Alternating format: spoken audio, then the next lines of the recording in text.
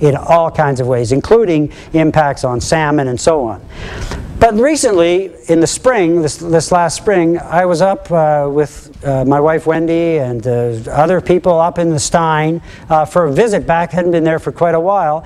And as we got there to cross the Fraser, there was a native couple from the village in their car waiting to cross, and there's a huge lineup of cars getting across this ferry across the Fraser River. It has become a popular tourist spot, which is what we hoped. And we started chatting. He was telling me about the state of the salmon in the Fraser. And when we were living up there 20 years ago, there were nets all up and down the Fraser, and lots of sockeye and spring salmon being caught and being used by the local community. So there's virtually nothing. You know, sometimes he'll put his net out for a week. You'll get a couple of fish, and some of them will have lesions on them. And he said the condition of the fish are terrible in the Fraser. And as we know, this last summer, very few sockeye returned.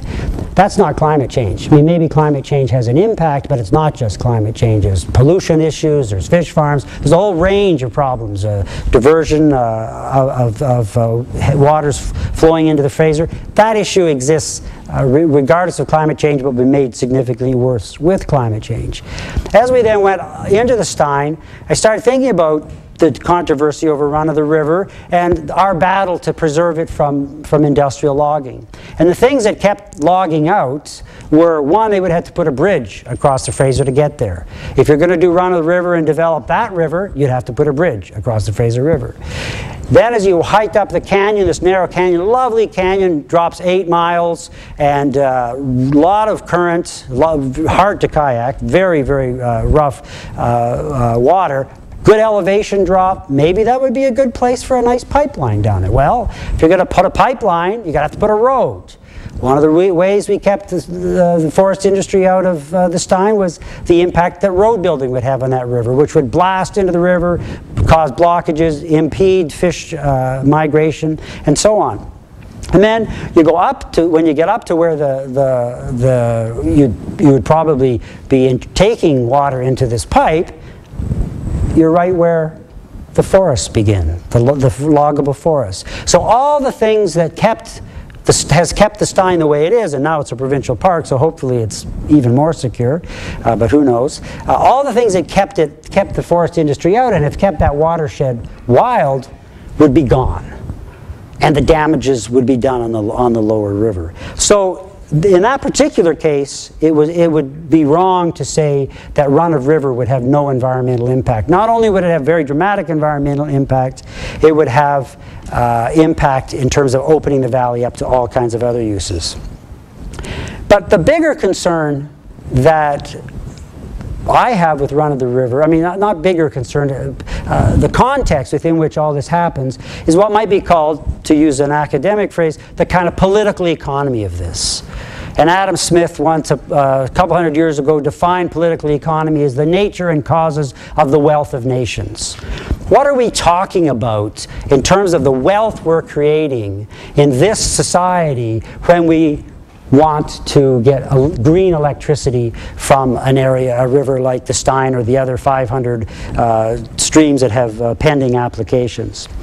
And that's really the big problem.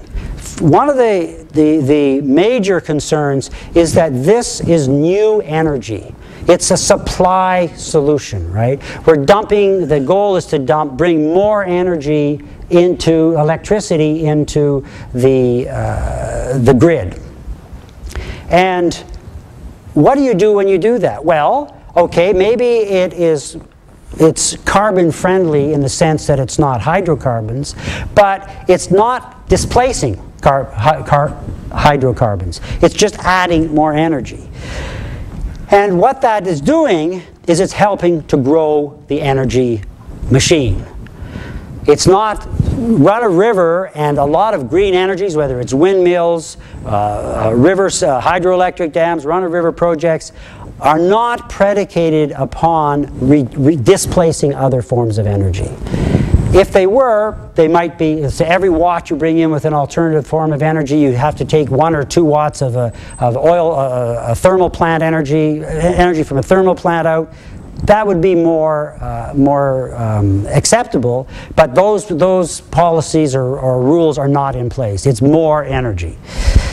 Now maybe it shifts from carbon, but does it shift from carbon in ways that are not undone in other parts of the economy? So if we're investing more money in bridges and traffic and highways, which demand fuel, and we're justifying new energy projects because we're trying to displace that fuel, there's a kind of set of incoherent policies going on. And above all, and this is really the crux, even if we're reducing the amount of carbon by, say, taking a thermal plant offline and putting a hydroelectric project online, but the economy is always growing, always growing, always growing. Eventually, the gains that we're getting are going to be offset because it's going to demand more and more. An economy twice the size of our existing economy will be very hard pressed to survive, especially as it keeps doubling over time, and survive with the amount of energy we've got available. We'll demand more energy. So let me turn a bit I'll finish this off and then turn to some of the kind of historical perspectives on this. This is actually the way the world economy has worked. In the last century, the global economy has increased 14-fold in size. In the time that has happened, our energy use has gone up 16-fold. And with the increase in energy over the last century, 16-fold, carbon dioxide output has gone up 17-fold. So the linkage is really between energy use and the economy. The economy demands energy. Energy creates costs, whether it's carbon in the atmosphere or damming rivers and so on. The problem then becomes one not just of carbon, not just of energy, but the impacts of a growing economy itself. And I want to show, you can't see it too well from back there, but maybe you can. A book by Gus Speth, who is a very senior administrator, was a very senior administrator in the American government, is now dean of the School of Forestry and Environmental Management at Yale, but a real insider in the American government for years, negotiated all kinds of treaties, and one of the sort of most respected Washington environmentalists. The book is called The Bridge at the Edge of the World. The subtitle, interestingly, is Capitalism, the Environment, and Crossing from Crisis to Sustainability. Capitalism. He talks about capitalism. I'm going to talk about capitalism a lot, which is a topic that's on everyone's mind these days. But what he opens the book with is, I don't know if you can see this, but it's a series of graphs. You see all these graphs. They all have the same shape. They begin low on the left, and then they move across, and then they shoot up. Carbon dioxide emissions is one of those. That's the carbon dioxide one, shooting up. But also ozone depletion, number of great floods, average surface temperatures, scale of fishing, change in coastal zone biochemistry, loss of biodiversity, increase in motor vehicles, paper consumption, water use, fertilizer consumption, damming of rivers. The pattern is not just carbon. It's all over the place. So to focus on carbon, one issue, when you've got these trajectories everywhere, what are we going to do with the rest of it? Well, one of the things we'll do in this case, maybe we'll reduce a bit of carbon, but we'll dam a river and affect fisheries, something to that effect. So it's a bigger problem. The bigger problem is also captured in a phrase, human appropriation of net primary productivity. Net primary productivity. Say 200 years ago, the human population on this planet took approximately 5% of the ecological productivity that the other 95% went to sustain forests or chimpanzees or fish. Now it's 26 to 30%. So our consumption of the productivity of the planet has gone from 5% to 30%. We're squeezing other things out, other things we depend upon. It's forecast under existing economic growth rates by 2050 to be 50%. So we'll go from 5 to 50%. That's where you get those graphs.